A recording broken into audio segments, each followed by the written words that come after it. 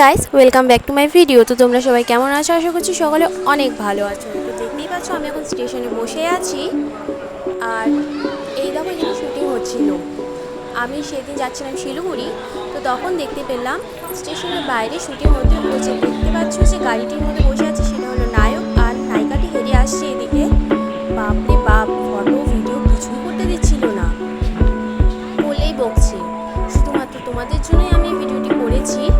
আর train আসতে যতটুকু time ছিল ততটুকু পর্যন্তই আমি করেছি, বেশি সময় পর্যন্ত আমি করতে পারিনি, তাই ভিডিওটি অনেকটাই ছোটো হয়েছে। তারপরে ট্রেন চলে এসেছিলো। আর দেখতেই তো পাচ্ছ কত বড় বড় ক্যামেরা, শুটিং হচ্ছে, এটা তো থাকবেই। আর কত লোক এখানে, দেখো সবাই এখানে দাঁড়িয়ে দেখছিল। আর সত্যি বলতে এই নায়ক নায়িকাকে আমি সত্যিই চিনি না, হয়তো নতুন নায়ক নায়িকা। আর এই মুভির নাম হলো মুর্দাবাদ। তোমরা তো থাম্বনেল দেখে নিশ্চয়ই বুঝতেই পেরেছো। আর আমার পুরো ভিডিওটি দেখার জন্য অনেক অনেক ধন্যবাদ।